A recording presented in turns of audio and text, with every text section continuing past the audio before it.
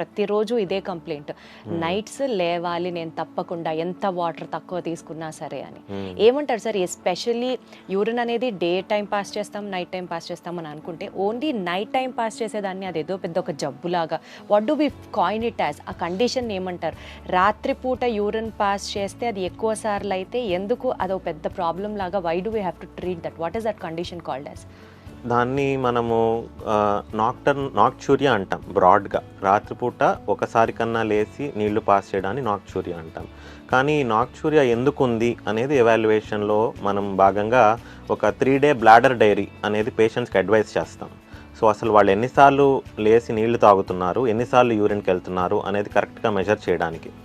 అందులో మనం చెప్పచ్చు పేషెంట్ వాళ్లే నీళ్లు ఎక్కువ తాగేసి ఎక్కువ యూరిన్కి వెళ్తున్నారా అనేది డిఫరెన్షియేట్ చేయడానికి ఇది బాగా పనికొస్తుంది. మళ్ళీ ఇంకొక కండిషన్ ఉంటుందండి, దాని